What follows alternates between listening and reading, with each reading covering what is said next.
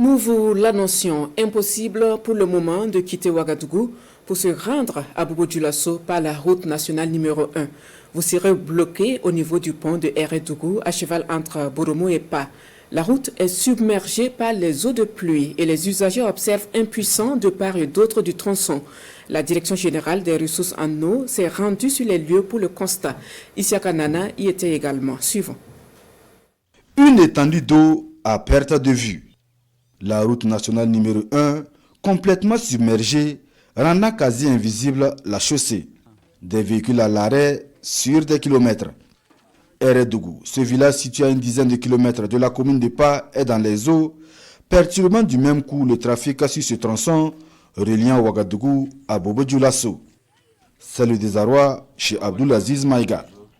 Wilfried Jackson Sawadgo doit rebrousser chemin, lui qui voit son rêve de participer à une compétition de motard en Côte d'Ivoire tomber à l'eau. J'étais en partance pour Yamoussoukro, pour l'IBF, et qui est une compétition motard qui se tient chaque année en Côte d'Ivoire.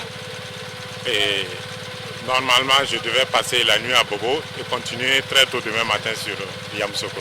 Avec ce que je vois comme début sur la route, c'est mission impossible. Donc on ne sait pas comment l'eau se présente là-bas. Voilà, donc à la sécurité, il nous a dit de nous arrêter pour le moment, voir comment. Et puis après, si ça va, ils vont nous donner la route, on va partir. Donc depuis hier, on est là. C'est la conséquence des fortes pluies tombées ces derniers temps dans cette partie du Burkina. Des précipitations qui ont entraîné une crue dans le sous-bassin du Grand Balé, un affluent du fleuve Moun. C'est l'occupation des terres également dans le bassin qui peut jouer sur l'ensablement du cours d'eau qui peut le faire déborder également. Donc d'autres raisons peuvent expliquer que, parce qu'actuellement également il y a l'ouverture des vannes en amont qui peuvent augmenter considérablement le niveau du fleuve Mouhoun et qui peut avoir des reflux vers les différents affluents en cas de... Voilà, ça peut justifier également cette situation que nous connaissons aujourd'hui. Nous avons déjà enregistré plus de 400 sinistrés, et dont certains sont logés au niveau de l'école, mais il me semble qu'il y a une partie qui est rentrée dans des familles d'accueil. Il y a plusieurs dizaines de maisons qui se sont écroulées, et non seulement au niveau du village de Hérédougou où nous sommes actuellement, mais il y a un autre village de l'autre côté, il y a Dupont, qui a connu aussi des écroulements de maisons et donc des personnes sinistrées également. La raison de la présence de cette équipe de la Direction générale des ressources en eau ici ce matin. Faire une évaluation du niveau de l'eau 24 heures après la fermeture du tronçon. Nous sommes rentrés jusqu'au niveau du pont et nous avons constaté que la hauteur de submersion au niveau du pont est très élevée, 80 cm sur le pont et par endroit sur la chaussée 1,40 m. Ça c'est en rive gauche et en rive droite nous sommes autour d'1,60 m d'immersion.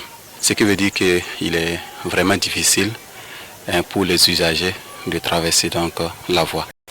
Voilà, c'est vraiment très difficile actuellement, quel que soit votre moyen de transport.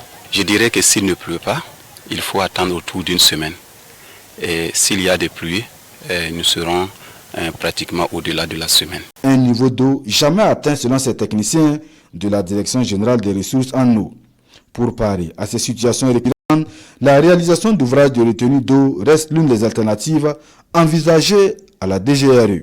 Les aménagements qui sont possibles, c'est réaliser des ouvrages de mobilisation des eaux de surface, du type, comme on le dit souvent, du type barrage. Non seulement ça va permettre de mobiliser de l'eau de surface pour des usages qui amènent les populations directement aux abords du cours d'eau.